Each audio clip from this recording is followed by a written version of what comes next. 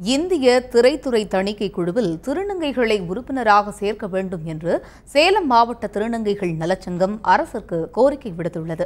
ஐ திரைப்படத்தில் இடம்பெற்றுள்ள சர்ச்சைக்குரிய காட்சிகளை நீக்க வலியுறுத்தி சேலம் மாவட்ட ஆட்சியர் அலுவலகம் முன்பாக 100க்கும் மேற்பட்ட திருநங்கைகள் ஆர்ப்பாட்டத்தில் ஈடுபட்டனர்.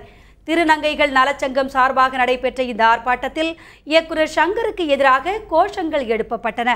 திரைப்படங்களில் திருநங்கைகளை இழிவுபடுத்தும் காட்சிகள் இடம்பெறாமல் இருக்கும் வகையில் இந்திய திரைத்துறை தணிக்கை குழுவில் தங்களையும் உறுப்பினர்களாக சேர்க்க வேண்டும் என்று திருநங்கைகள் நலச்சங்கம் அரசிற்கு கோரிக்கை விடுத்துள்ளது.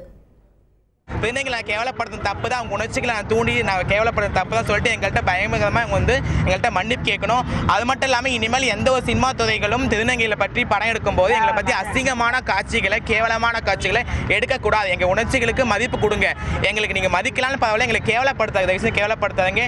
இன்னொன்று நாங்கள் இந்த இந்தியாவுக்கு நாங்கள் தமிழ்நாட்டுக்கு நாங்கள் ஒரு கோரிக்கை வைக்கிறோம். சென்சார் போர்டில் ஒவ்வொரு துறையிலும் இருக்கவங்க இந்த கமிட்டியில் இருக்காங்க. திருநங்கைகளும் அந்த சென்சார் போர்டில் கமிட்டியில் அவங்க ஒரு நம்பராக அங்கே வரணும்.